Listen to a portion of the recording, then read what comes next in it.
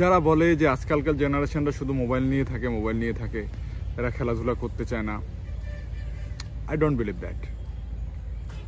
এখনও কিছু ছেলেপেলে আছে, এখনও কিছু আমাদের প্রজন্ম রয়েছে যারা খেলাটাকে ভীষণ ভালোবাসে, খেলাটাকে ভীষণভাবে এনজয় করে।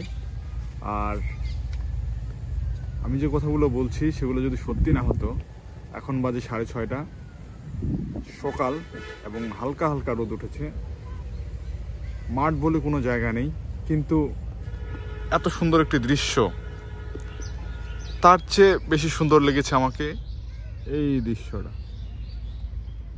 এই দেখেন, এখানে কয়েকজন না, প্রায় 50-60 জন ছেলে আছে যারা সকালে ফুটবল খেলছে। এটা একটা নদীর চর, কিন্তু তাদের ফুটবলের প্রতি প্রেম, ফুটবলের প্রতি ভালোবাসা আমাকে সত্যিই পাগল করেছে।